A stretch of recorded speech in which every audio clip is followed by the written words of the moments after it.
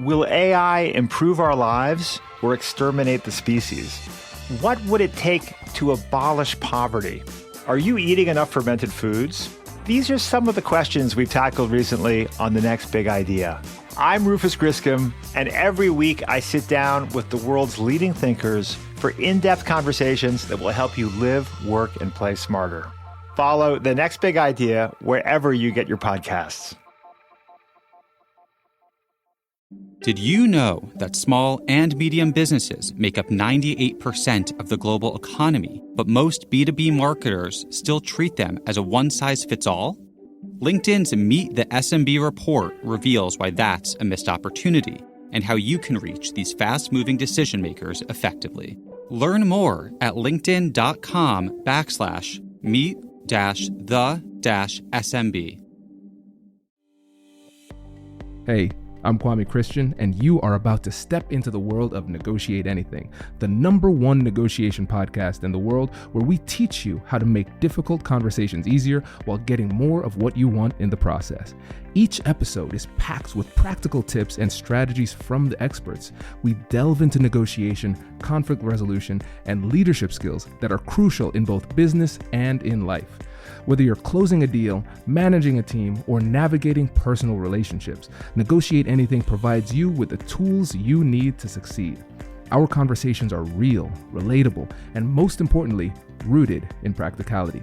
So if you're ready to transform your conversations and elevate your negotiation skills, join me on Negotiate Anything. Subscribe and listen on Apple Podcasts, Spotify, or wherever you love to listen. Let's make every conversation a winning negotiation. Ty, thanks for joining us today. Thank you very much for having me. It is our pleasure, my friend. So how about you get started by telling us a little bit about yourself and what you do? So my name's Ty Wiggins. I work for Russell Reynolds, where I lead our CEO and executive transition practice globally.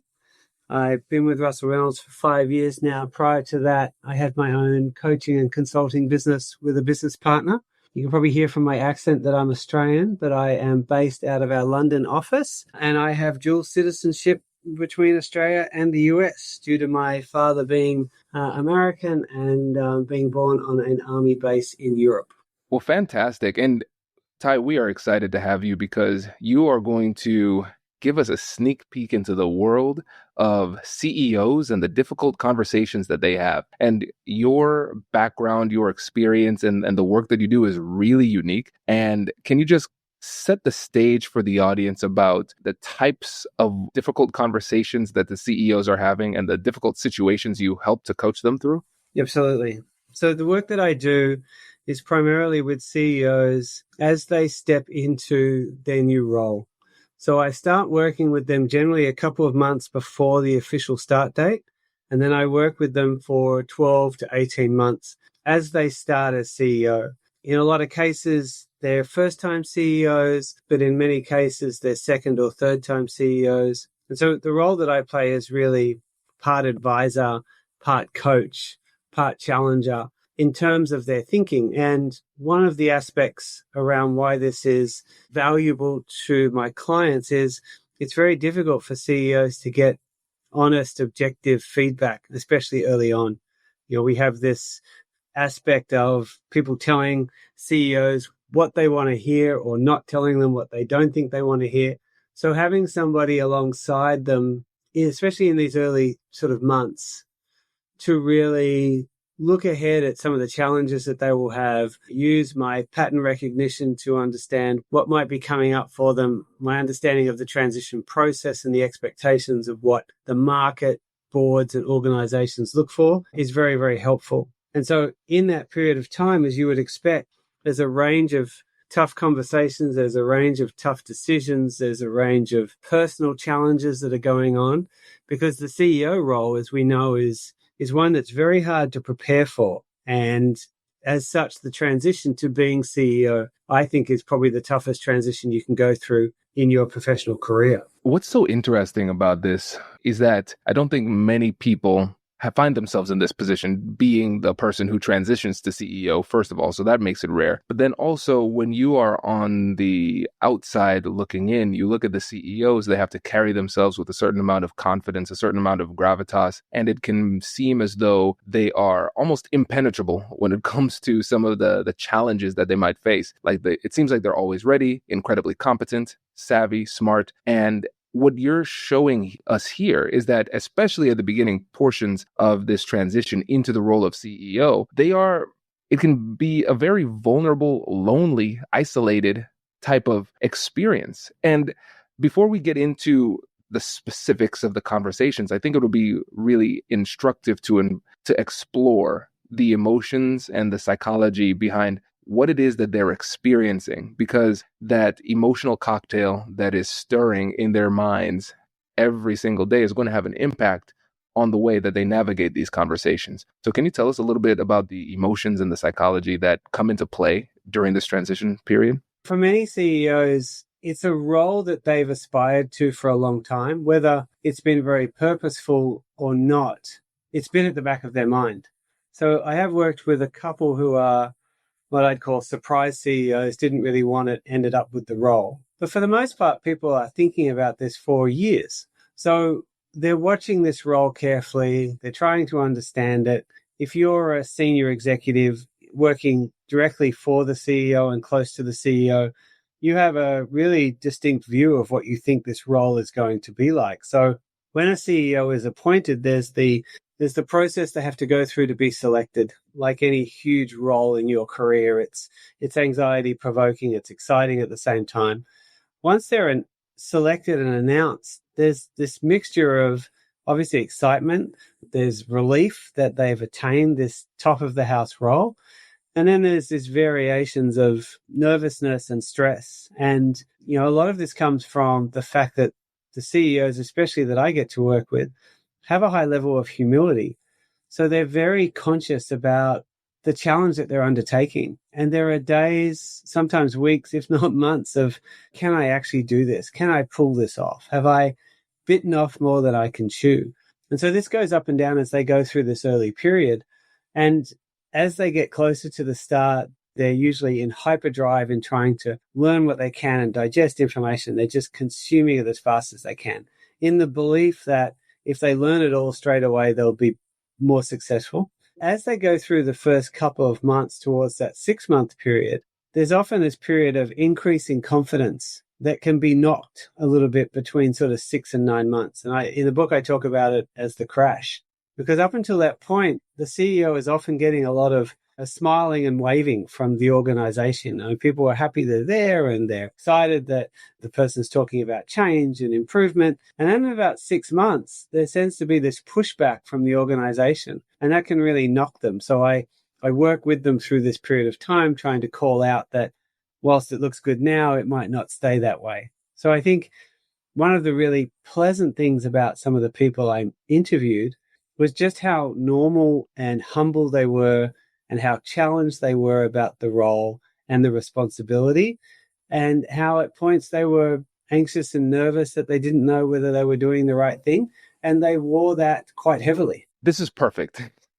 This is exactly what I wanted to hear, because we can recognize just how incredibly challenging this is, because not only are they dealing with all of these emotions, we talked about the anxiety, the excitement, relief, nerves, and stress. It's a blend. There's some positive, there's some negative, there's probably some fear, some trepidation, all of these things. And then as they are feeling all of these things, all of these different emotions, then they need to comport themselves with class, with dignity, with respect, and then have these conversations while managing to stay calm during those conversations. So you recognize that it's not just what is being said in the conversations or what specific conversations are happening. It is the ability to manage those emotions during the process of having the conversations. Because if they can't manage those emotions, then they won't be able to perform at their best during those conversations. And so what tools have you seen different CEOs utilize in order to manage those strong emotions during those tough conversations? We talk a lot about EQ across the business community. when I'm working with CEOs, especially in transition, I talk quite a bit about emotional control. The aspect of a CEO being calm through difficult times. For a lot of us, what we want to see and what we expect to see. So these emotions that they're going through, they really need external outputs.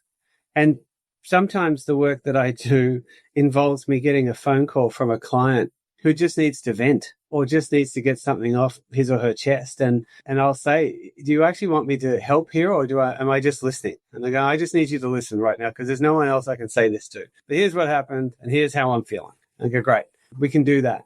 So they need to have these outlets. They need to be really self-regulating. So when we talked about the emotions that they're going through before, they're going through this range of emotions. They're in a role that is different to what they expected. And in the book, you'll hear people like Ramon LaGuardia, who was 20 plus years at PepsiCo, get to CEO role after running enormous divisions and go, wow, this is not what I thought. Like, I'm close and it's still not what I thought. So there's a shock. There's a bit of a knock to confidence. And at the same time, they've gone from being well-known and popular to the main attraction. When you're a CEO, as you walk through the office, as you sit in the meeting room, as you talk to anyone, everyone is watching you and they are listening to everything that you say. They don't miss what you say. So you're under this intense scrutiny. And I talk to people often about their poker face when they say things like, oh, I was really disappointed, but I didn't say anything. And I said, yes, you did. You absolutely told everyone you were unhappy with that. Through your body language, through your response, through your face. You need to be so attentive. So if you combine the emotions, the fact that they think they know what the role's going to be like and they don't, and now everyone in the organization is watching them like they're under a microscope, it's incredibly stressful and incredibly difficult not to slip up. Hello, my friends. Before we get back to today's episode, I want to ask you a question. Have you ever wondered how to elevate your team's negotiation game and how you can help the folks on your team have better, difficult conversations? At the American Negotiation Institute, we offer transformative keynotes and workshops tailored to empower professionals with top-tier negotiation and conflict resolution skills. Whether it's a keynote for your next event or hands-on training for your team, we've got you covered. Don't just negotiate. Master the art with the American Negotiation Institute. Click the link in the description to find out more. Elevate, negotiate, and succeed.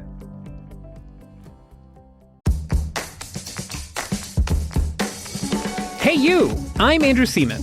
Do you want a new job? Or do you want to move forward in your career? Well, you should listen to my weekly show called Get Hired with Andrew Seaman. We talk about it all, and it's waiting for you, yes you, wherever you get your podcasts.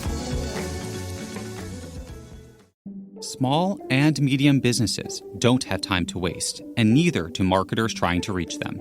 On LinkedIn, more SMB decision makers are actively looking for new solutions to help them grow, whether it's software or financial services. Our Meet the SMB report breaks down how these businesses buy and what really influences their choices. Learn more at linkedin.com/meet-the-SMB. That's linkedin.com/meet-the-SMB.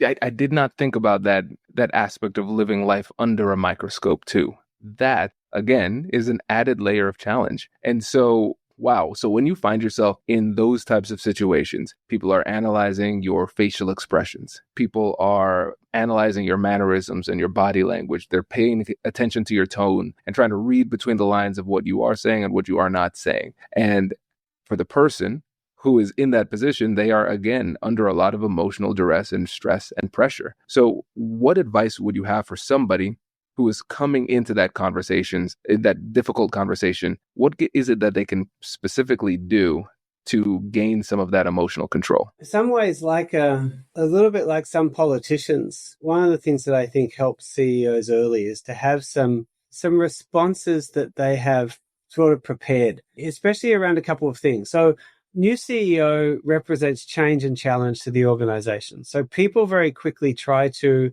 establish, is this good for me or is this bad for me, especially in the senior levels. So the way that they do that is to get a really quick read on what you as the CEO are going to do.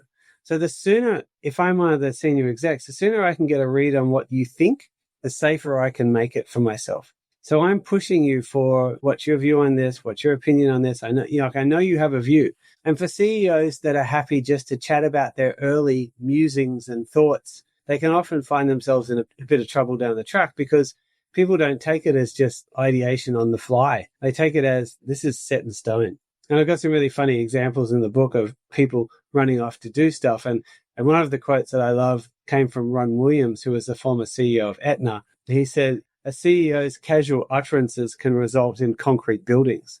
And his experience of someone running off and setting up a $20 million project on something he said in a meeting but wasn't really serious about. He was just thinking about it. So you've got to have this type of component. So what I say to them is you need to have a response that sounds something like, yes, I have an emerging view, but it's too early for this to be formalized. What I'd like to know more about is X, Y, and Z.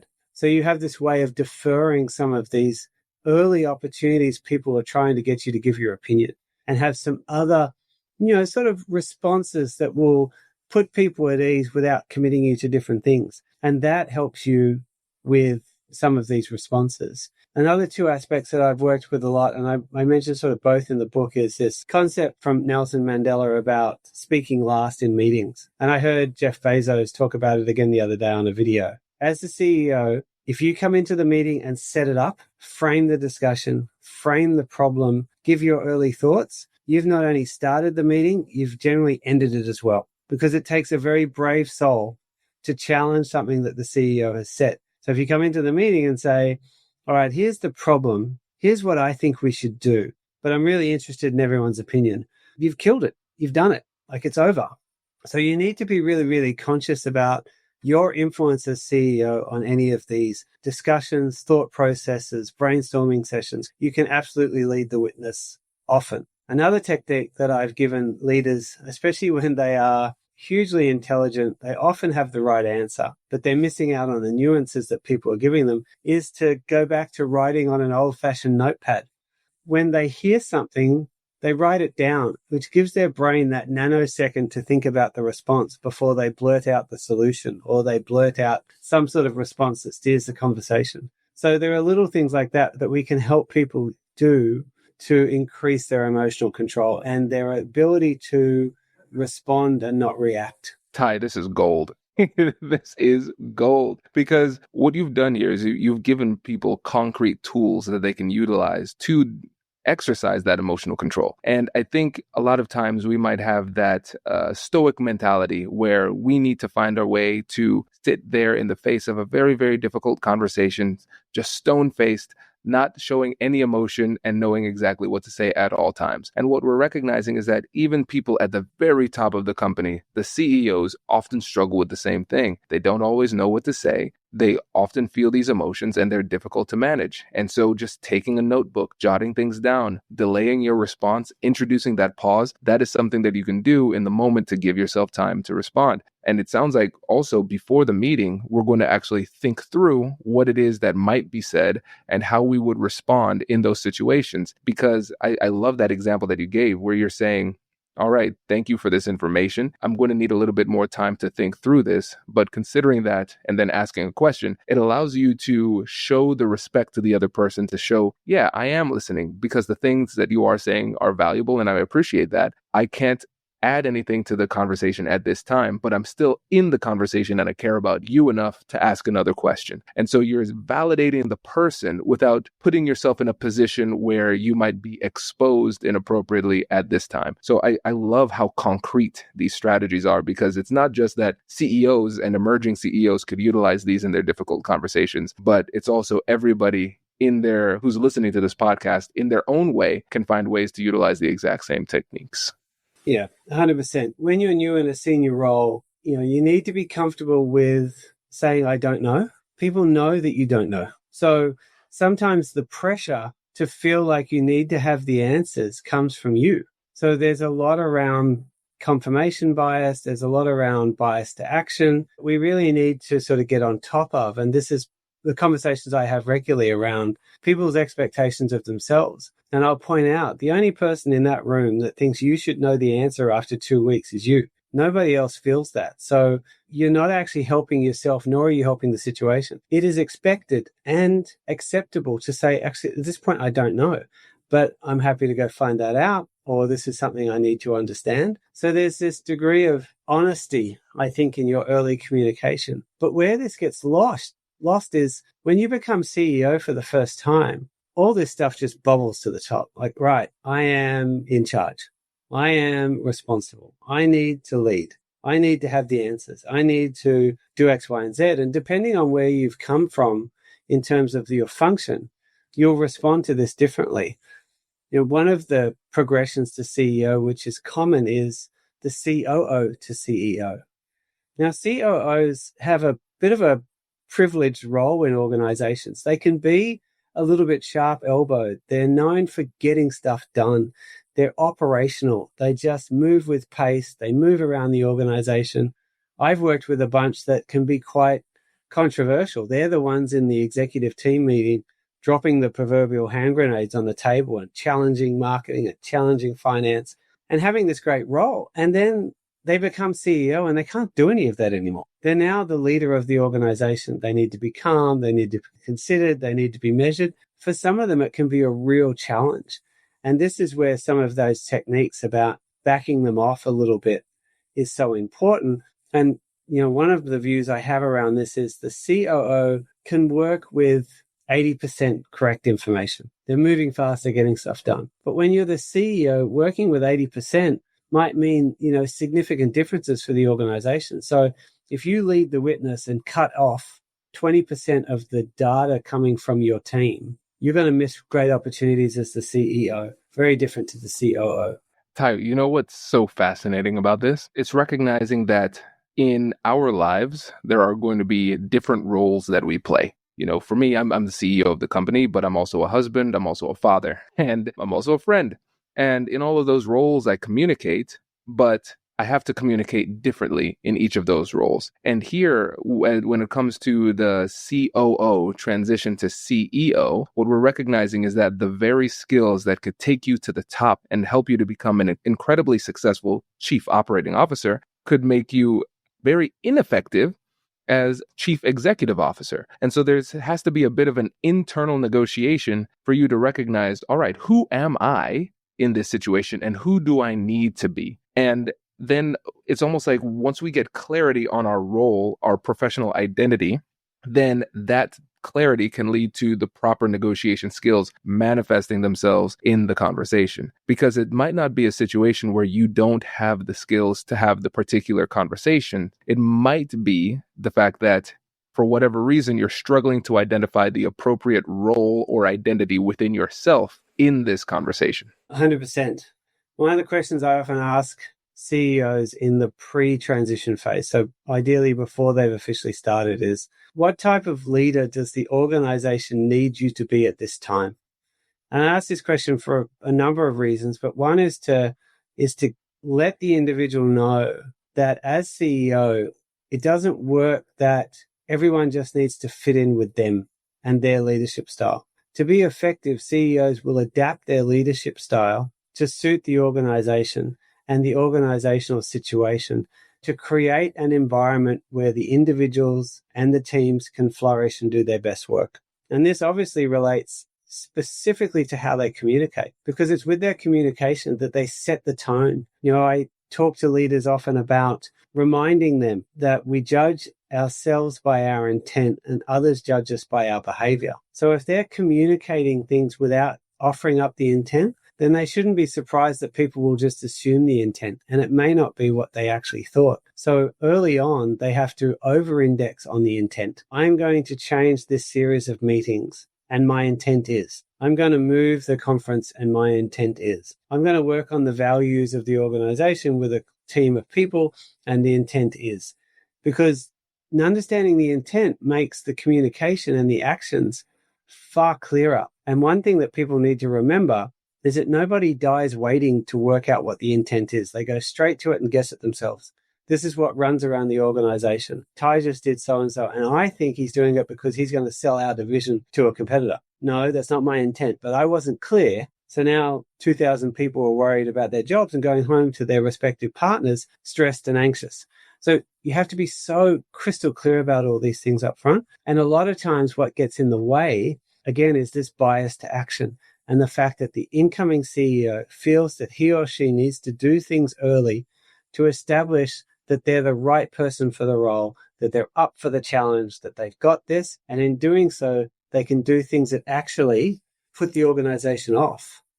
I'm laughing because one of my good friends and mentors, John Diffenbach, he was a guest on the podcast too. As I was kind of maturing in my role as CEO, I was, again, biased towards action. I had to do, because I started this solo and then built the team and everything. And so I'm used to having to constantly do things. And he was helping me to recognize that as a CEO, a major, like your primary function in many cases is communication, effective communication. And it ties in perfectly with what it is that you're saying here, because that bias towards action could lead you to take action without properly communicating why it is that you're taking that action. And then, like you said, it allows other people to shape a narrative that might not be as charitable. And I think there might be a bit of almost like a mental block when it comes to doing this in communication, because we might say to ourselves, isn't it obvious why I'm doing this? Isn't it obvious? Why wouldn't you just assume the best? We're on the same team. And we almost feel like it cheapens our intellect to have to clarify the intent and do it so frequently and so consistently. But one of the things that I appreciate about this tip and everything else that you've given throughout this whole podcast is that this is